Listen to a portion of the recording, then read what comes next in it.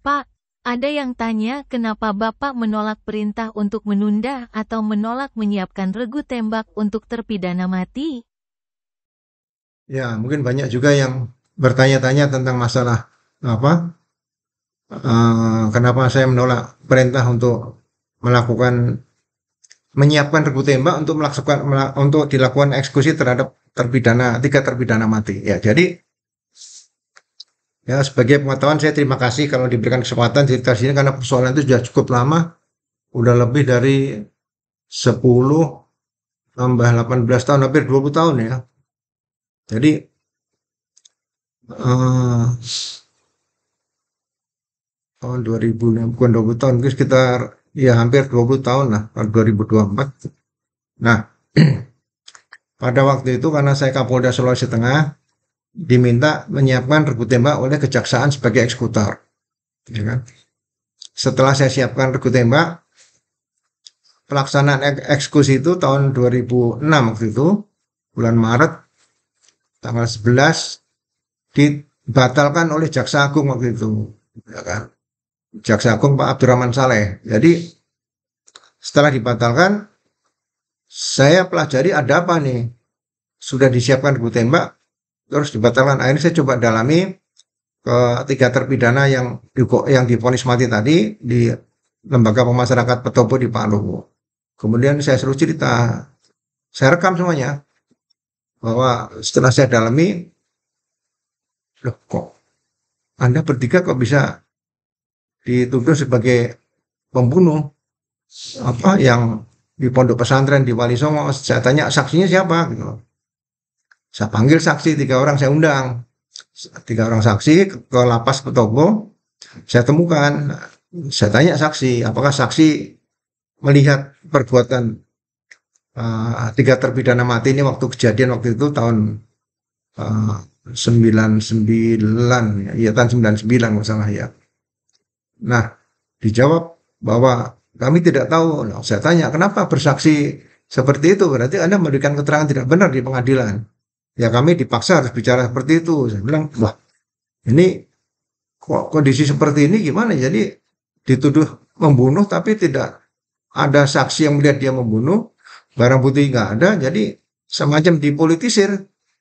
Nah, setelah muncul seperti itu, eh, panggilan hati nurani saya sebagai manusia, sebagai Kapolda, sebagai manusia juga muncul di sini. Saya harus ngambil keputusan bagaimana. Setelah tahu, kalau tidak tahu waktu itu udah kita siapkan regu tembak, ya kan?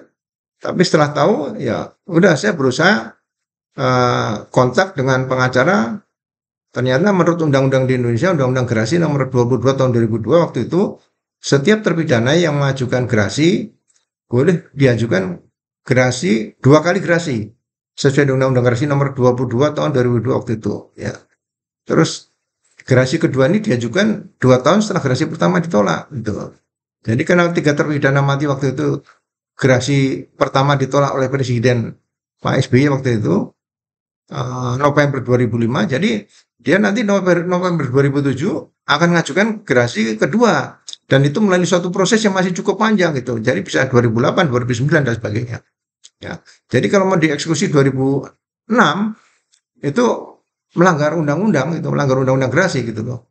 Karena yang bersangkutan melalui pengacaranya sudah mengajukan berkas untuk mengajukan gerasi kedua gitu untuk November 2007 waktu itu. Nah, dengan nilai dasar itu ya saya menyatakan wah ini berat kalau dilaksanakan karena saya sebagai manusia tadi nurani saya mengatakan ya terserah saya ngambil keputusan tapi karena menyangkut nyawa manusia kalau dieksekusi masih ada proses hukum dan dia menurut saya perlu dibuktikan lagi bahwa dia tidak bersalah ya paling enggak diubah dulu hukumannya jangan hukuman mati misalnya dia gerasi kedua diganti 20 tahun dulu kan bisa seperti itu ya nanti sambil didalami karena persoalan konflik di mana waktu di Poso itu juga perlu penyelesaian yang tuntas gitu loh.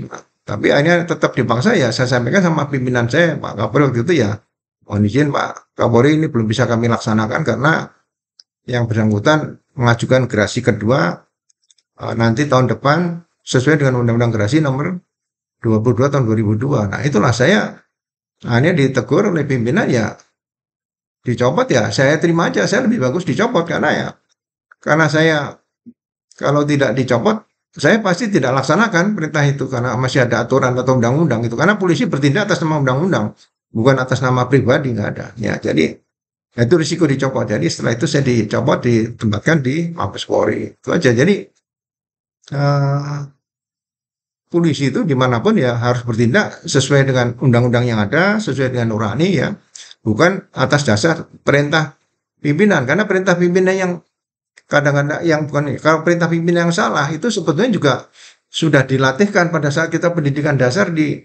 AKABRI dulu ya sama darat laut udara polisi dulu 1 tahun pendidikan dasar sama kalau kita baris berbaris perintah komandan pasukan itu salah ya kita tidak laksanakan ya kan diingatkan gitu loh jadi kita wajib sebagai anak buah anggota mengingatkan pimpinan itu ya sama dengan yang beragama Islam kalau misalnya pada saat ibadah ada imam yang salah ya ya makmum di belakang yang ngikut itu bisa ya ucapkan subhanallah dan sebagainya supaya mengingatkan imam tadi. Jadi aturan agama, aturan dunia semuanya sama di situ. Jadi pada saat melaksanakan tugas ya seperti itu gitu. Jadi sekali lagi yang saya ceritakan ini ya kalau setiap jabatan yang kita terima ini ya kan itu kan jabatan dari manusia gitu. Jadi ya kalau pimpinan mengatakan Anda salah versinya pimpinan ya